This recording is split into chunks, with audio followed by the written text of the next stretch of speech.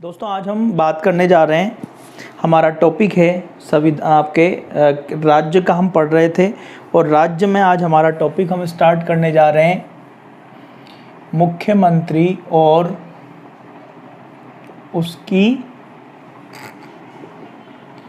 मंत्रिपरिषद। मुख्यमंत्री और उसकी मंत्रिपरिषद। दोस्तों मुख्यमंत्री और उसकी मंत्रिपरिषद की अगर हम बात करें सबसे पहले तो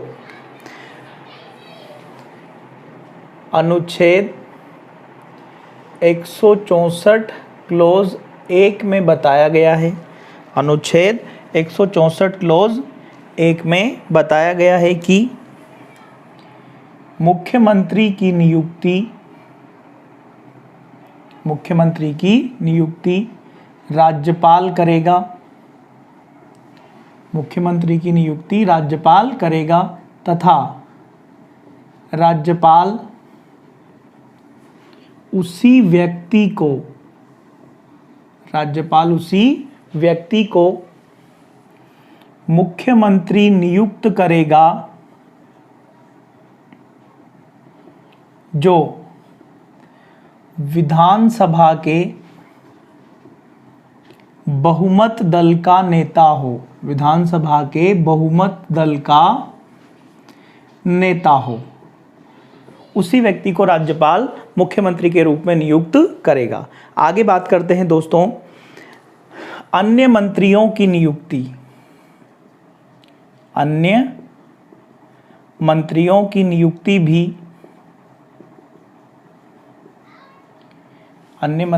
नियुक्ति भी राज्यपाल मुख्यमंत्री की सलाह पर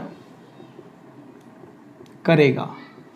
तो दोस्तों मुख्यमंत्री और उसकी मंत्रिपरिषद के सदस्यों की नियुक्ति कौन करता है?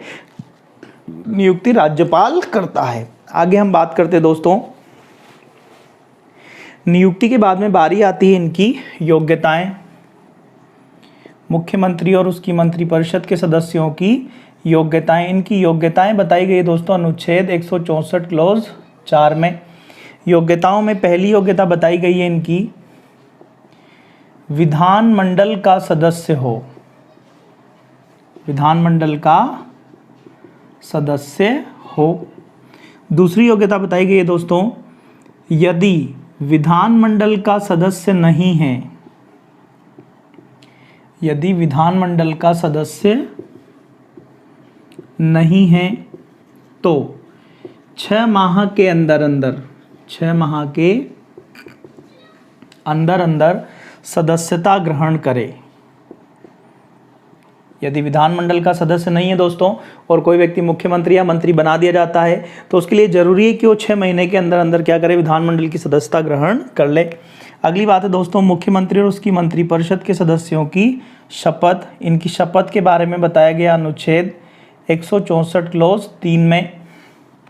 कहा गया कि मुख्यमंत्री और उसकी मंत्रिपरिषद के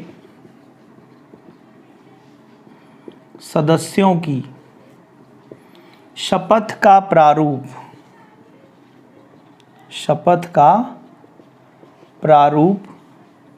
संविधान की 3री अनुसूची में दिया गया है। शपथ का प्रारूप संविधान की 3री अनुसूची में दिया गया है।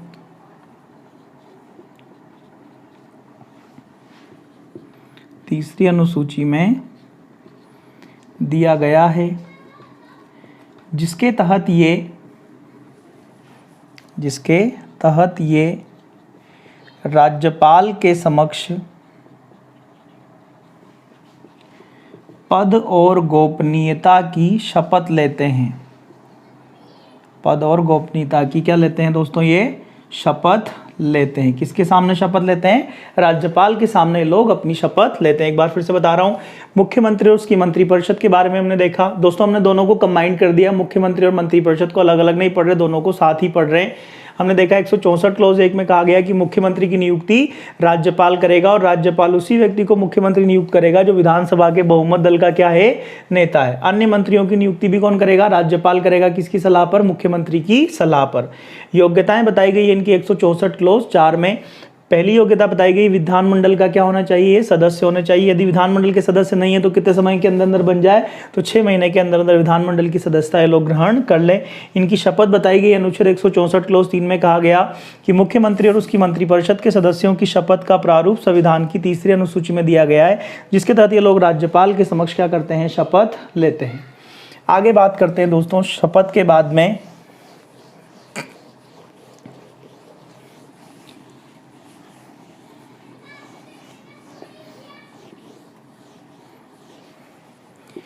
दोस्तों शपथ के बाद बारी आती है मंत्रियों की श्रेणियां। मंत्रियों की श्रेणियां दोस्तों, जो 3 श्रेणियां हमने केंद्रीय मंत्रिपरिषद में देखी थी वही सेम तीनों यहाँ पर भी, यहाँ भी मंत्री 3 प्रकार के होते हैं। पहला होता है कैबिनेट मंत्री, दूसरा होता है राज्य मंत्री और तीसरा होता है उप मंत्री। यही 3 प्रकार के मंत्री राज्य की मंत्रिपरिषद में भी होते हैं। श्रेणियों के बाद में बारी आती है दोस्तों मंत्रिपरिषद का कार्यकाल। मंत्रिपरिषद का कार्यकाल बताया गया दोस्तों अनुच्छेद 164 क्लोज 1 में। कार्यकाल के लिए कहा गया कि मुख्यमंत्री और उसकी मंत्रिपरिषद के सदस्य, मुख्यमंत्री और उसकी मंत्रिपरिषद के सदस्य जो होते हैं ये राज्यपाल के प्रसाद पर्यंत, राज्यपाल के प्रसाद पर्यंत अपना पद धारण करते हैं। पहली बात हो गई दोस्तों, ये अपना त्याग पत्र राज्यपाल को दे सकते हैं। ये अपना त्याग पत्र किसको दे सकते हैं दोस्तों, राज्यपाल को दे सकते हैं। अगली बात बताई गई है दोस्तों अनुच्छेद 164 क्लोज 2 में। अनुच्छेद 164 क्लोज 2 में सामूहिक उत्तरदायित्व बताया गया है। इसमें कहा गया है कि मुख्यमंत्री और उसकी मंत्रिपरिषद के सदस्य सामूहिक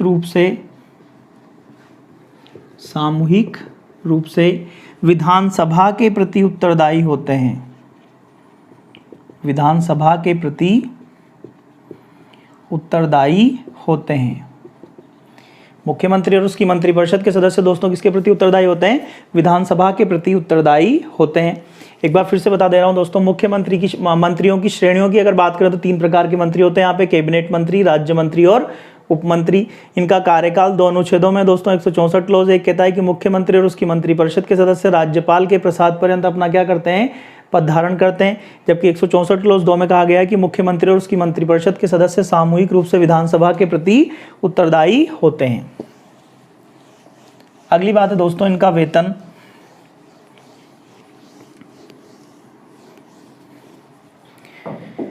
इनके वेतन की अगर अपन बात करें तो इनका वेतन बताया गया दोस्तों अनुच्छेद 164 क्लोज 5 में।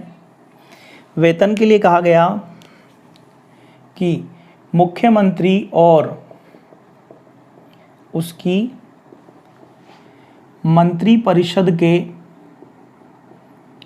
सदस्यों के वेतन भत्तों का निर्धारण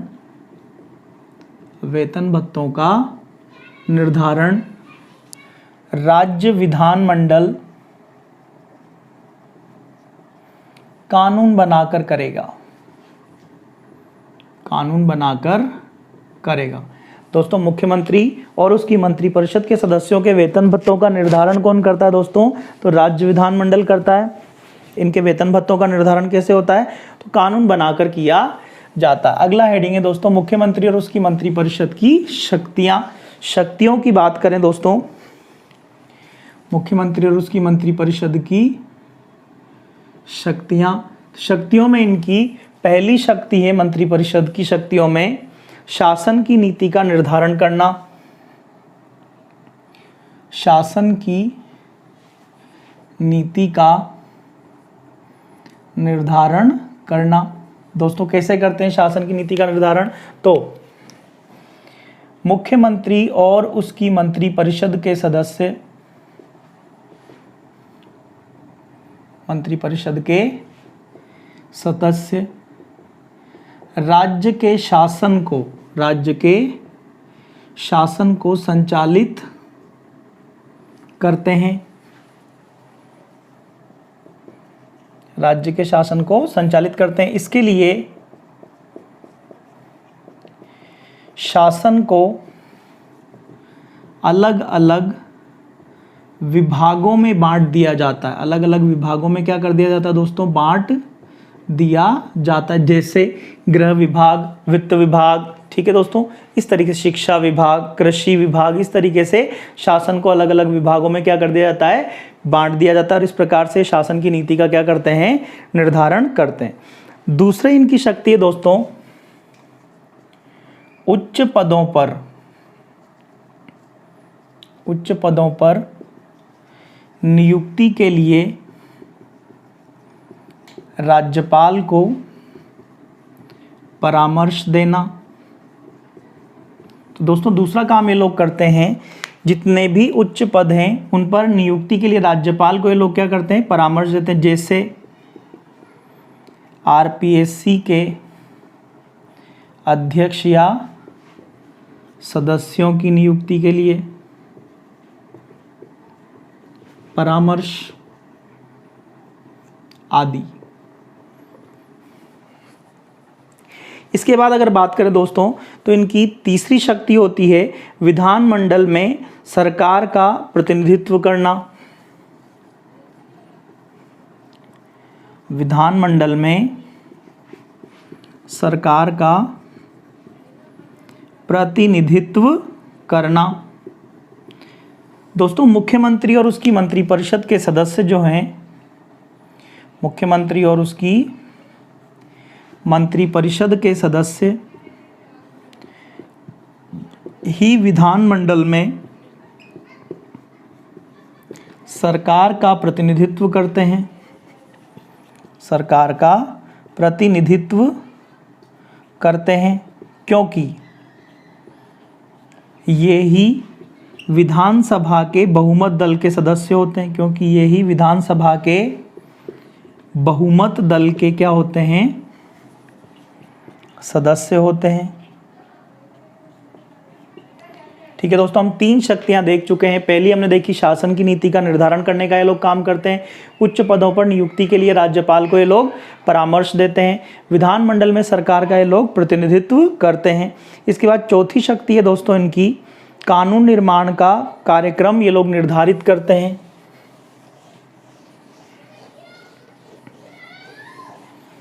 कानून निर्माण का कार्यक्रम निर्धारित करते हैं। तो चौथी शक्ति हो जाएगी कानून निर्माण का कार्यक्रम निर्धारित करना। कानून निर्माण का कार्यक्रम निर्धारित करना। दोस्तों मुख्यमंत्री और उसकी मंत्रिपरिषद के सदस्य, मुख्यमंत्री और उसकी मंत्रिपरिषद के सदस्य ही कानून निर्माण के लिए विधेयक का प्रारूप बनाते हैं तथा कोई मंत्री ही विधेयक को विधानमंडल में प्रस्तुत करवाता है। विधानमंडल में प्रस्तुत करवाता है। ठीक है दोस्तों, इस रूप में ये लोग कानून निर्माण के कार्यक्रमों का क्या करते हैं? निर्धारण करते हैं। इसके बाद दोस्तों अगली शक्ति है इनकी बजट का निर्माण करवाना। बजट का निर्माण करवाना। दोस्तों बजट का निर्माण भी कौन करवाते हैं? मुख्यमंत्री और उसकी मंत्रिपरिषद के सदस्य ही करवाते हैं। इसके बाद दोस्तों हम आखिरी बात देखने जा रहे हैं मुख्यमंत्री और उसकी मंत्रिपरिषद में मुख्यमंत्री की शक्तियां या कार्य क्या हैं। मुख्यमंत्री की शक्तियां या कार्य। मुख्यमंत्री की शक्तियां या कार्य। दोस्तों मुख्यमंत्री की शक्तियां या कार्यों की बात करें तो इसका पहला काम है मंत्री परिषद का निर्माण करवाना, मंत्री परिषद का निर्माण करवाना। इसका दूसरा काम है मंत्री परिषद में विभागों का बंटवारा करना, मंत्री परिषद में विभागों का बंटवारा करना। इसका तीसरा काम है दोस्तों मंत्रिमंडल की बैठकों की अध्यक्षता करना, मंत्रिमंडल की बैठकों की अध्यक्षता करना। इसका चौथा काम है दोस्तों राज्यपाल और मंत्री परिषद के बीच, राज्यपाल और मंत्री परिषद के बीच मध्यस्थ की भूमिका निभाना, मध्यस्थ की भूमिका निभाना। इसका पांचवा काम है दोस्तों मुख्यमंत्री का, मुख्यमंत्री राज्य के शासन की नीति का, राज्य के शासन की नीति का पदेन प्रवक्ता होता है। मुख्यमंत्री राज्य के शासन की नीति का क्या होता है दोस्तों? पदेन प्रवक्ता। ये 4-5 महत्वपूर्ण काम है। अगर आपके लघुत्तरात्मक प्रश्न में ये सवाल आ जाए तो आपको ये 5 काम मुख्यमंत्री के बताने दोस्तों। इसका पहला काम है मंत्रिपरिषद का निर्माण करवाना, इसका दूसरा काम है मंत्रिपरिषद के विभागों में मंत्रिपरिषद में विभागों का बंटवारा करना, इसका तीसरा काम है मंत्रिमंडल की बैठकों की अध्यक्षता करना, इसका चौथा काम है राज्यपाल और मंत्रिपरिषद के बीच मध्यस्थ की भूमिका निभाना, इसका पांचवा काम है मुख्यमंत्री राज्य के शासन की नीति का पदेन प्रवक्ता होता है। ठीक दोस्तों, यहाँ हमारे राज्य की कार्यपालिका कंप्लीट हो जाती है।